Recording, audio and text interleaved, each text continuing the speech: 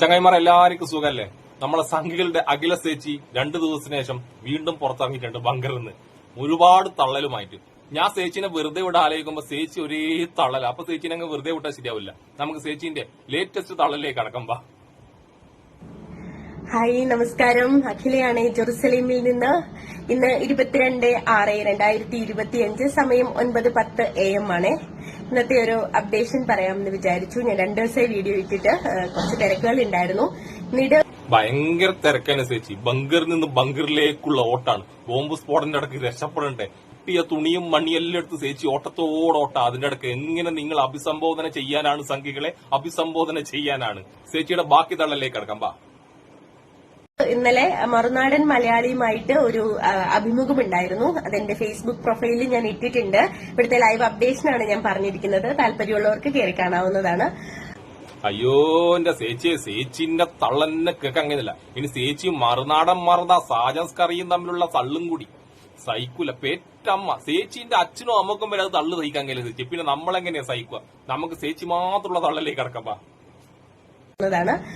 ഇന്നത്തെ വിശേഷം പറയുകയാണെങ്കിൽ രാവിലെ 7:15 ഇറാന്റെ ഭാഗത്തു നിന്നും 20ഓളം മിസൈൽസ് ഇസ്രയേലിനെ ലക്ഷ്യമാക്കി വന്നിട്ടുണ്ടായിരുന്നു. നമ്മൾ അതിനെല്ലാം നിർവീര്യമാക്കിയിട്ടുണ്ട്. അതിന്റെ ചെറിയ ചില അവശിഷ്ടങ്ങൾ ഹൈഫ പോർട്ടിന്റെ മധ്യഭാഗത്തായിട്ട് വീഴുകയുണ്ടായി. ആളപായങ്ങളൊന്നും തന്നെ സംഭവിച്ചിട്ടില്ല. നാശനഷ്ടങ്ങളോ അല്ലെങ്കിൽ കെട്ടിടങ്ങൾക്ക് കേടുപാടുകളോ യാതൊന്നും തന്നെ സംഭവിച്ചിട്ടില്ല എന്നാണ് നിലവിൽ വരുന്ന റിപ്പോർട്ടുകൾ. എല്ലാവരും എന്ത് തള്ളാ ചേച്ചി, എമ്മാതിരി തള്ളാം. ഇമ്മാതിരി തള്ളു തള്ളിയിട്ടുണ്ടെങ്കിൽ കേട്ടില്ല. ഇറാന്റെ ബോംബൊന്നും വേണ്ട, ചേച്ചിന്റെ തള്ളു കൊണ്ട് തന്നെ ഇസ്രായേൽ മറിഞ്ഞു വീണ് തീരും കേട്ടാ. ചേച്ചിന്റെ തള്ളക്ക് ഒരു സൈഡിൽ നമുക്ക് വെക്കാം. എന്നിട്ട് സത്യമായിട്ട് ഇസ്രായേൽ ഇന്ന് നടന്നത് എന്താ നമുക്ക് കാണാം. അതും അമേരിക്ക ഇറാൻ ആക്രമിച്ചതിന് ശേഷവും അമേരിക്കേന്റെ തള്ളുമാമനുണ്ടല്ല ട്രംപ്, മൈ ഫ്രണ്ട് പറഞ്ഞ് ഇനി ഇറാൻ പേടിച്ച്, ഇനി ഇറാൻ ഒന്നും ചെയ്യില്ല. ഈ അമേരിക്കന്റെ ആക്രമണത്തിന് ശേഷം ഒരു പേടിയില്ലാന്നും പറഞ്ഞ് ഇസ്രായേലിലേക്ക് നല്ല പണി, അമേരിക്കക്ക് കൊടുക്കേണ്ട പണി വരെ ഇസ്രായേലിൽ നിന്ന് ഇറാൻ കൊടുത്ത്. അത് നമുക്ക് കാണാം. ചേച്ചിന്റെ തള്ളു സൈഡിൽ വെച്ചല്ല. ഇനി സത്യം എന്താണ് ഇസ്രായേലിൽ നടന്ന സത്യം നമുക്ക് കാണാം. ഞാൻ ഒരു സന്തോഷത്തോടെ പറയുന്നല്ല കേട്ടാ. ഇതുപോലത്തെ തള്ളു ചേച്ചിമാർ വന്ന് തള്ളുമ്പോ സത്യം കാണിക്കേണ്ടി വെച്ചിട്ട് പറയുന്ന കേട്ടാ. നമുക്ക് എന്തായാലും ആ വീഡിയോയിലേക്ക് കടക്കാം. വ്യാപക നാശനഷ്ടം ഉണ്ടായിട്ടുണ്ട് ഇസ്രയേലിൽ ഈ പുതിയ ഇറാന്റെ പ്രത്യാക്രമണത്തിൽ എന്നതാണ് മനസ്സിലാവുന്നത്. ദൃശ്യങ്ങളടക്കം പുറത്തു വരുന്നുണ്ടല്ലോ.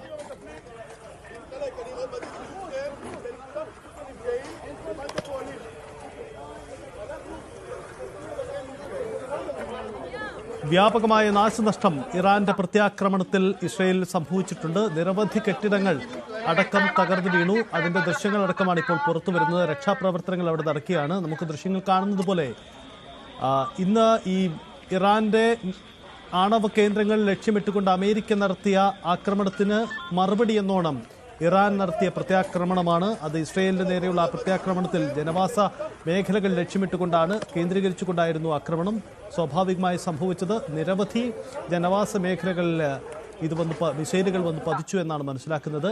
ഇസ്രയേലിന്റെ വ്യോമ പ്രതിരോധ സംവിധാനങ്ങളെ മറികടന്നുകൊണ്ട്, നേരത്തെ മിഥുൻ സൂചിപ്പിച്ചതുപോലെ ഇസ്രയേലിന് ആദ്യമായിട്ടാണ് അവരുടെ വ്യോമ പ്രതിരോധ സംവിധാനങ്ങൾ ഇത്രയധികം ചോദ്യം ചെയ്യപ്പെടുന്ന സാഹചര്യമുണ്ടായിരുന്നു.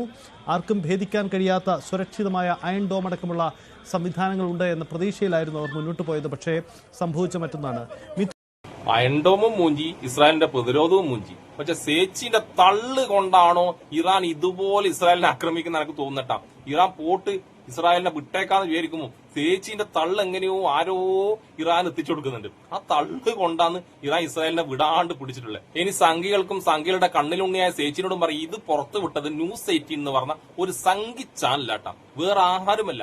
സംഘികളുടെ പൊന്നോമനായ ഒരു ചാനലാണ്. ഇവർ ഇത്രയെങ്കിലും പുറത്തു വിടണമെങ്കിൽ ശരിക്കും അവിടെ എത്രമാത്രം നഷ്ടപ്പെട്ടായിട്ടുണ്ടാവും. 100% 1% മാത്രം ഈ സംഘി ചാനലിൽ പുറത്തു വിടും. അപ്പം 100% ഇതിന്റെ ബാക്കി ആലോചിച്ചേക്കട്ടെ. എന്റെ ചേച്ചി എടുക്കുന്ന സ്ഥലത്ത് തന്നെ വീഡിയോ എടുത്തു കേട്ടാ. ഏത് ഭാഗത്താണോ ക്യാമറ തിരിച്ചു വെച്ചിട്ടില്ലേ ആ ലെവലിൽ അവിടെ നിന്ന് ഇങ്ങോട്ടേക്ക് തിരിക്കല്ലട്ടാ. ഇനി ചേച്ചി 2-3 ദിവസം വീഡിയോ ചെയ്തില്ലെങ്കിലും കുഴപ്പമില്ല. ചേച്ചി സുരക്ഷിതമായി ജീവനോട് ഇരുന്നിട്ട് നല്ലൊരു സമയം നോക്കി വന്നിട്ട് വീഡിയോ ചെയ്താൽ മതി. ഏത് ഒന്നും സംഭവിക്കാത്ത ആ ഭാഗത്ത് എവിടെയാണോ ക്യാമറ വെച്ചിട്ടുള്ളത് അവിടെ വെച്ചിട്ട് മാത്രം ചെയ്യുക. തിരിഞ്ഞു മറിഞ്ഞെല്ലാം നോക്കണം. ഏത് ഭാഗത്താണ് ഇറാന്റെ മിസൈൽ വരുന്നതെന്ന് പറയാൻ കഴിയില്ല. ചേച്ചി ലൈവായിട്ട് എങ്ങാനും മിസൈൽ വന്നിട്ടുണ്ടെങ്കിൽ പിന്നെ ചേച്ചി ഇങ്ങോട്ടേക്ക് വരണ്ട. ചേച്ചി നാണം കെട്ട് നാറി സംഘികൾ വരെ അടുപ്പിക്കൂല. ഒന്നാമത് സംഘിയുടെ സ്വഭാവം തന്നെയാണ്. ഒരുമിച്ച് നിൽക്കുന്നവരെ കാല് വാരുന്ന സംഖ്യകള്. അപ്പൊ ചേച്ചി തൂറി മെഴുകുന്നത് വീഡിയോയിൽ വന്നിട്ടുണ്ടെങ്കിൽ പിന്നെ സംഖ്യകള് മൈൻഡ് ആക്കൂല. അതുകൊണ്ട് ചേച്ചി തള്ളു നിർത്തുക, ബങ്കറിൽ സുരക്ഷിതയായി ഇരിക്കുക. ഞാനും ചേച്ചിക്ക് വേണ്ടി പ്രാർത്ഥിക്കാം, എല്ലാം നല്ലവരായ മനുഷ്യരും ചേച്ചിക്ക് വേണ്ടി പ്രാർത്ഥിക്കും.